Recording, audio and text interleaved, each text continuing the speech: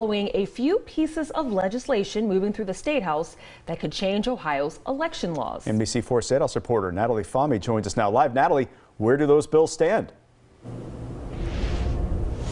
Well, there are two bills and one House joint resolution that are moving through during this lame duck session and could be passed as early as next month. But not everyone thinks they're necessary or a good idea.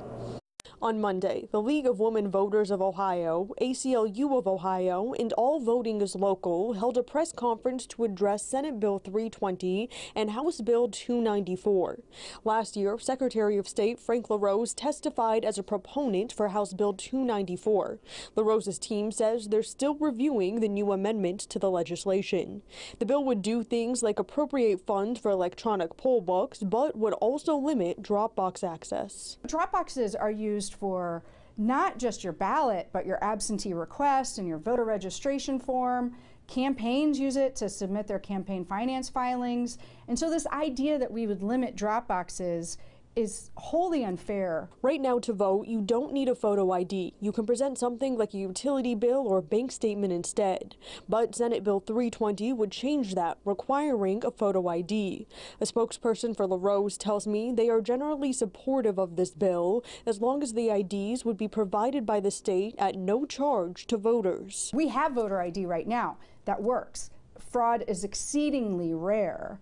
And states that have gone to the kind of voter ID system they're talking about have seen massive costs to taxpayers, as well as longer lines, more provisional ballot counts. Most recently, LaRose is leading the charge on a resolution that would increase the number of votes needed to pass a citizen-initiated constitutional amendment. Despite the amendment receiving backlash just days after being introduced, a spokesperson for LaRose says the fact that they're griping as loudly as they are was expected. The legislation was written to prevent special interests and lobbyists from getting their meat hooks into Ohio's constitution. And this idea that it needs to be changed is unfortunate.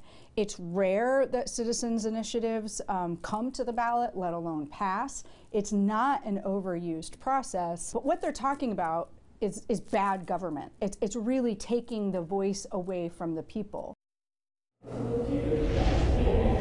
House Floor Leader Bill Seitz has previously told me that one of his priorities during this lame duck session is getting those election laws passed. Local for you at the State House, I'm Natalie Fahmy, NBC4.